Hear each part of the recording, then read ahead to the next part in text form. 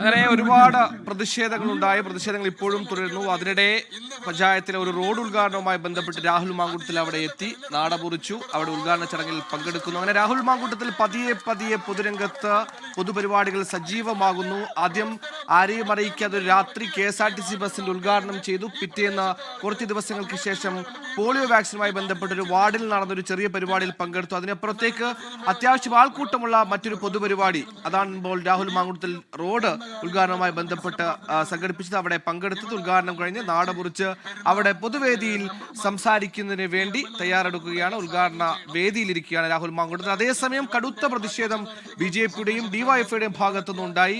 ഈ പ്രതിഷേധങ്ങൾ കണക്കിലെടുക്കാതെ, അത് വകവെക്കാതെയാണ് മുന്നോട്ട് നീങ്ങിയത്. പക്ഷേ വലിയൊരു പോലീസ് സന്നാഹം വിന്യാസമൊക്കെ അവിടെ ഉണ്ടായിരുന്നു. ആശുദ്ധ ഷംന വിവരങ്ങളുമായി ചെയ്യുന്നു. ഷംന, ഈ ആദ്യം ഒരു KSRTCയുടെ പരിപാടിയിൽ പങ്കെടുത്തതാണ്. അതൊരു രാത്രി പോയി പങ്കെടുത്ത പരിപാടിയാണ്, ആരും അറിയാതെ പങ്കെടുത്ത പരിപാടിയാണ്. പിറ്റേന്ന് കുറച്ച് ദിവസങ്ങൾക്ക് ശേഷം ഒരു വാക്സിൻ പരിപാടിയിൽ പങ്കെടുത്തു.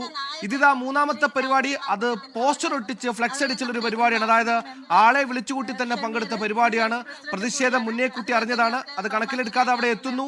പോലീസിന്റെ ഒക്കെ ഈ പറഞ്ഞതുപോലെ നിർദ്ദേശങ്ങൾ പാലിക്കാതെ വാഹനത്തിൽ നിന്ന് പുറത്തേക്ക് ഇറങ്ങുന്നു. അത്യാവശ്യം ദുസ്സഹമായ വഴിയിലൂടെ മുന്നോട്ട് പോയി പരിപാടിയിൽ പങ്കെടുക്കുന്നു. രാഹുൽ മാങ്കൂട്ടത്തിനെ സംബന്ധിച്ച് വീണ്ടും സജീവമാകുന്ന ഒരു അവസരം. DYFIയും BJPയും സംബന്ധിച്ച് അവരുടെ പ്രതിഷേധം വകവെക്കാതെ രാഹുൽ മുന്നോട്ട് പോയിരിക്കുന്നു. എന്താണ് നിലവിലെ തൽസ്ഥിതി?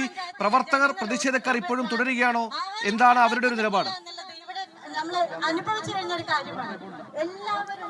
സുഹൈൽ, നേരത്തെ തന്നെ രാഹുലിനെ സജീവമാക്കാൻ ഒരു വിഭാഗത്തിന്റെ നീക്കം നടക്കുന്നു എന്ന തരത്തിൽ വലിയ വാർത്തകളൊക്കെ പ്രചരിച്ചിരുന്നു, വലിയ വിമർശനങ്ങളൊക്കെ ഉണ്ടായിരുന്നു. പക്ഷേ ഇപ്പോഴിതാ വലിയ രീതിയിലുള്ള ഒരു ജനപിന്തുണയോടുകൂടി, പാർട്ടി പ്രവർത്തകരുടെ വലിയ പിന്തുണയോടുകൂടിയാണ് രാഹുൽ എത്തിയത്.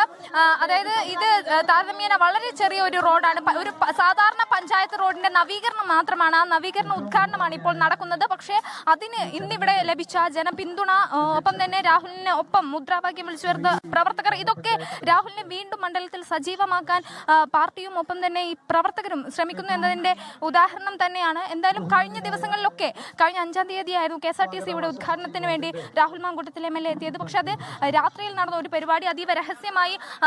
പരിപാടി 9 മണിക്കാണ് ഉദ്ഘാടനമെങ്കിൽ 8:30 കൂടിയാണ് സംഘാടകരെ വരെ രാഹുൽ വരുന്നതായി അറിയിക്കുന്നത്. അങ്ങനെ അതീവ രഹസ്യമായിരുന്നു മുൻപ് രാഹുൽ മണ്ഡലത്തിലെത്തിയതും മറ്റ് പല പൊതുപരിപാടിയിൽ പങ്കെടുത്തതും. പക്ഷേ ഇന്ന് അങ്ങനെയല്ല. അതിനിടയിലൊക്കെ വലിയ വിമർശനം ഉണ്ടായിരുന്നു. അതായത് രാഹുൽ മാങ്കൂട്ടത്തിൽ MLAക്ക് സ്വന്തം മണ്ഡലത്തിലെത്താൻ തലയിൽ മുണ്ടിട്ട് വരേണ്ട പ്രിയപ്പെട്ട രാഹുൽ ഉദ്ഘാടന വേദിയിൽ സംസാരിക്കുകയാണ്. യൂണിയൻ മുസ്ലിം ലീഗിന്റെ ജില്ലാ സെക്രട്ടറിയും നമ്മുടെ ഈ പ്രദേശത്തിന്റെ ആകെ നേതാവുമായ പ്രിയപ്പെട്ട ഷിംജീക്ക, മറ്റ് നിരവധി ആളുകൾ, കോൺഗ്രസിന്റെ, യൂത്ത് കോൺഗ്രസിന്റെ, ലീഗിന്റെ നേതാക്കന്മാര്, നിരവധി ആളുകളുണ്ട്. അതുപോലെ തന്നെ ഏറ്റവും പ്രിയപ്പെട്ട രായിലെ പ്രിയപ്പെട്ട സഹോദരൻ, രായിരി എന്ന് കേൾക്കുമ്പോ തന്നെ ചിലർക്ക് ഇന്ന് ഭ്രാന്തളഞ്ഞാണ്, ഒന്നും ചെയ്യാനില്ല. രായിരിയുടെ ആ സ്നേഹം, മതേതരത്വത്തോടുള്ള ആ സ്നേഹം, ഇവരൊക്കെ എത്രയൊക്കെ തുള്ളിച്ചാടിയാലും അതിങ്ങനെ തുടർന്നുകൊണ്ട് തന്നെ തുടർന്നുകൊണ്ടിരിക്കുമെന്നുള്ള കാര്യത്തിൽ ഒരു തർക്കവുമില്ല.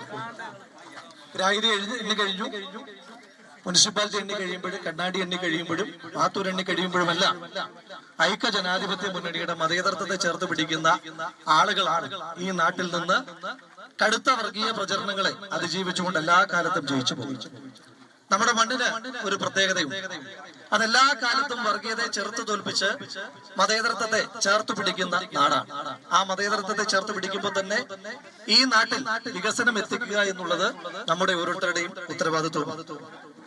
ഞാൻ പാലക്കാടിന്റെ MLA ആകാൻ നിങ്ങൾ ഓരോരുത്തരും ഒരവസരം തന്നതിന് ശേഷം 10 മാസമാകാം. ഈ 10 മാസം കൊണ്ട് MLA ആയി പ്രവർത്തിക്കുവാൻ നിങ്ങൾ തന്ന അവസരത്തിന്റെ അടിസ്ഥാനത്തിൽ ഈ നിയോജക മണ്ഡലത്തിലാകമാനം ഒരുപിടി വികസന പ്രവർത്തനങ്ങൾ നമുക്ക് ഒരുമിച്ച് നടത്തുവാൻ കഴിഞ്ഞിട്ടുണ്ട്. പലപ്പോഴും സംസ്ഥാന സർക്കാർ എന്തുകൊണ്ടൊക്കെയോ പാലക്കാടിന്റെ MLAയോട് പ്രത്യേക ഇഷ്ടമുള്ളത് കൊണ്ടായിരിക്കണം, ബാക്കി എല്ലാ 139 MLAമാർക്ക് കൊടുക്കുന്ന ഫണ്ട് ഇവിടെ തരാറില്ല. നവകേരള സദസ്സിന്റെ ഒരു ഫണ്ട് അലോക്കേഷൻ വന്നപ്പോ കേരളത്തിലെ എല്ലാ MLA-മാർക്കും ഏറ്റവും ചുരുങ്ങിയത് 7 കോടി രൂപ വീതം കൊടുത്തു. എല്ലാ പാലക്കാട് MLA-മാർക്കും കൊടുത്തു. പക്ഷെ പാലക്കാടിന്റെ MLA-ക്ക് മാത്രം ആകെ 5 കോടി 10 ലക്ഷം രൂപയാണ്. നമുക്ക് പരാതിയില്ല, പരിഭവങ്ങളില്ല.